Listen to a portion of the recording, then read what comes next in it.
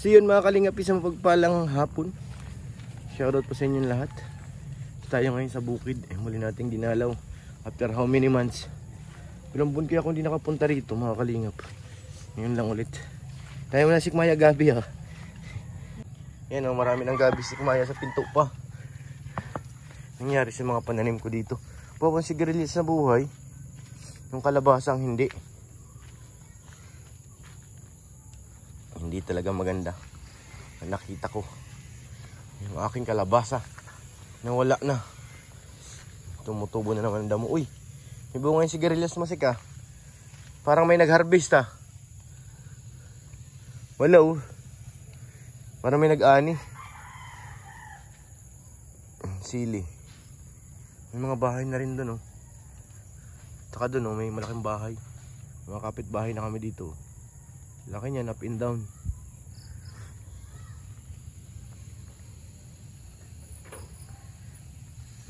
Damo na ulit ang ating taniman. Ilang buwan hindi nakapunta dito mga kalingap. Grabe yung anay oh.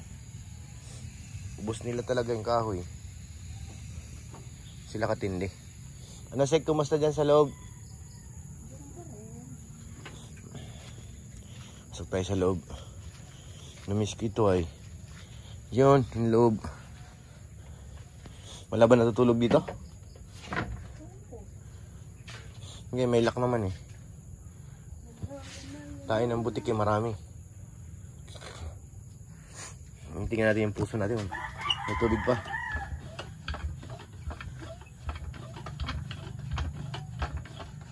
Naagos pa to?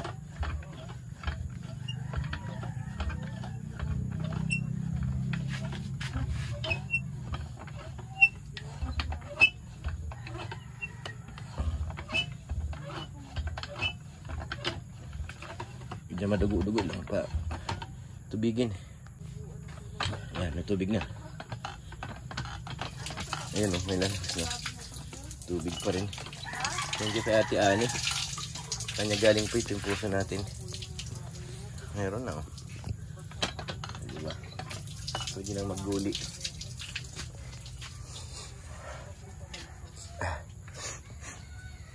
Ayo.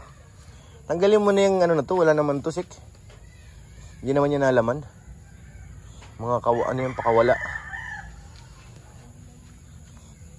Uy, may ginagawa na dun ah. May ginagawa na dun Sik oh. Sa kabila. Kanina ba yan? Yan ba yung kay Dodong? Galing ah.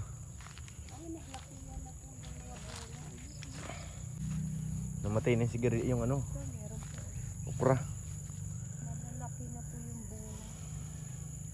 Matigas na eh oh. Wag na yung matigas, pang na yan, pampunla. Ang lalaki na eh oh.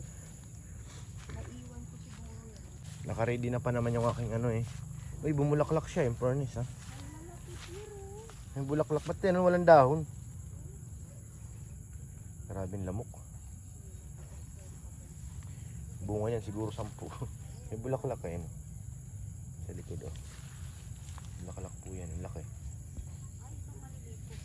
Bubunga yan. Saan ba yung puno nito? Namatay sila eh. Hindi gapang.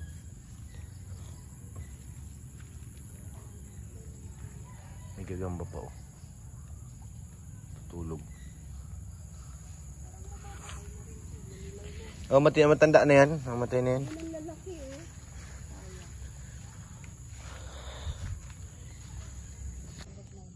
Ayan, nakasiga tayo. Sana mabuhay. Sobrang dami ng lamok mga kalingap. Lalong umano yung aking sipon. May mga bunga yung nyug. Ito, dami. May mga tuyo na nga oh. Delikado yan. Daming bunga ng nyug natin oh. Kailangan na tawag dito. Bubunutin yan pag paggawa tayo ng kubo. Hindi ka pa nga nakakapitin dyan sa buko.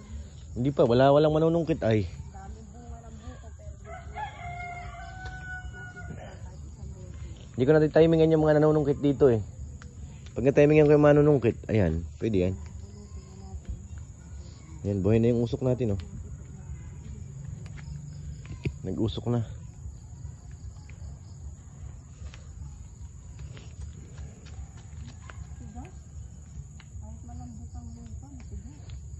Ganda mo si Sikmaya. May kaaway siya dun. Hanap tayo na ang tuyong dahon. Hindi pa rin pala ito nakukuha, Sik. Mga binunot na puno. Grabe ang lamok. Dami.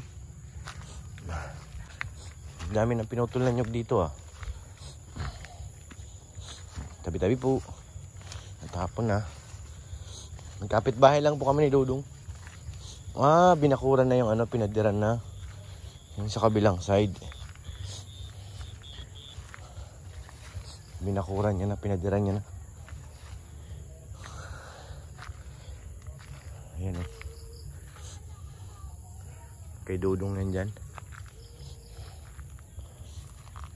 May padar na.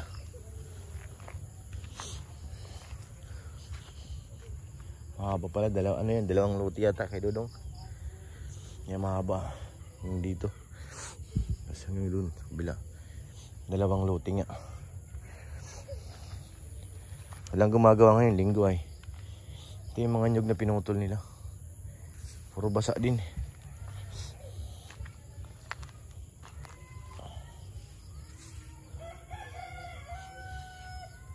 Lawak kasi ito yung kalsada. Yan yung kay ate.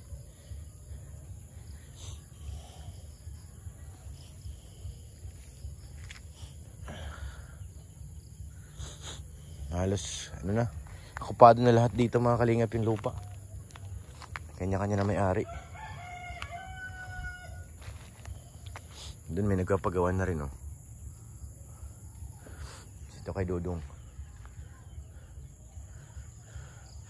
Lawak nga na sa kanya. Kabilang side pa lang may pader. Kabila wala pa. Dito may kalsada rin ito pababa. Yun lang sa atin dyan oh, may kawayan. Kapitbahay nga lang si Dudong. Kalapit lang. Isang lote, dalawang lote lang ang pagitan. Sa akin na. Taas na ng damo. Tabi-tabi po. Kadami-dami na ng lamok mga insan. Sobra. Wala tayo nakuhang ano, dahon. Ito yung atin oh.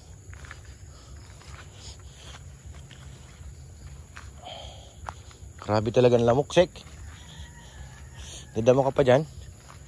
Hapon na kasi kami pumunta at naisipon ko masakit sa ulo kaya hindi naglalabas.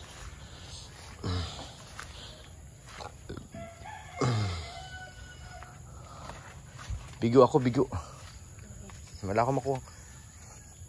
Tuyo na ano dahon. Kailangan yung bagong laglag eh. Ha? Tabi-tabi ka ba dyan? Hapon na.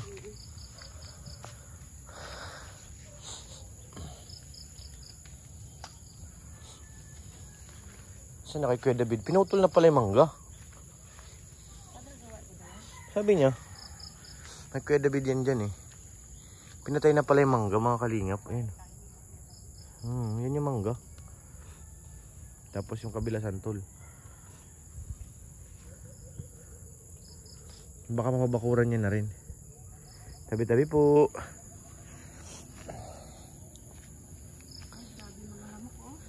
Tigilan mo na yun, daming lamok.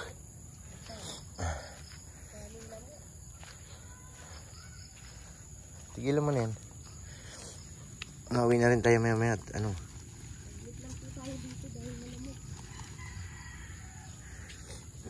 Grabe ang lamok mga insan, sobra.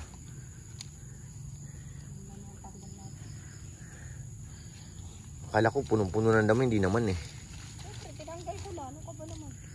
Nag-ilang oras ako rito, 3 oras.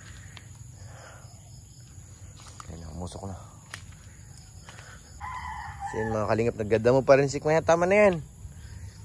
Baka bumuhos na naman ng ulan oh. At nagdilim na eh.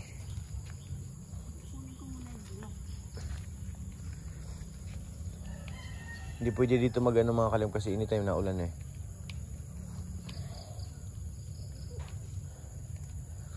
Balang araw. Karoon tayo dito ng bahay. Maganda sana kung maklear na yung kalsada, no? Bago mag-ano yung bahay. Kahit matanggal lang yung mga puno na yan, yung Diantay mo yung kalsada.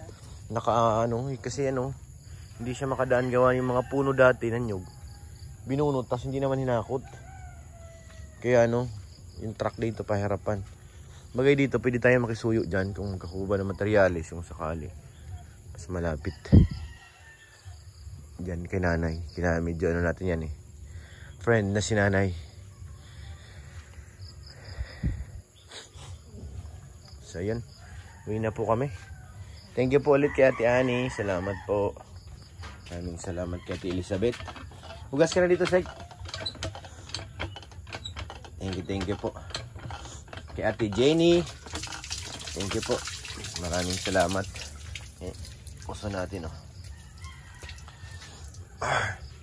Kay Madam Judge sa Love and Care, maraming salamat po. Thank you po. Kay Ate Adelaida Noguchi, salamat po. At sa inyong lahat mga kalingap, syempre salamat sa buong team ng Love and Care. Thank you po. Kay Ate Inday PB. Thank you po. Kay Mr. PH, kay Ma'am Jasmine, salamat po. Thank you. At sa buong team Kalingap, maraming salamat po at sa inyong lahat. Thank you. Huwag po natin kalimutan, supportan si Kuya Bal, si Ate na si Kalingap Rob, para mas marami pa tayong matulungan mga kababayan. Maraming salamat po mga Kalingap. God bless po.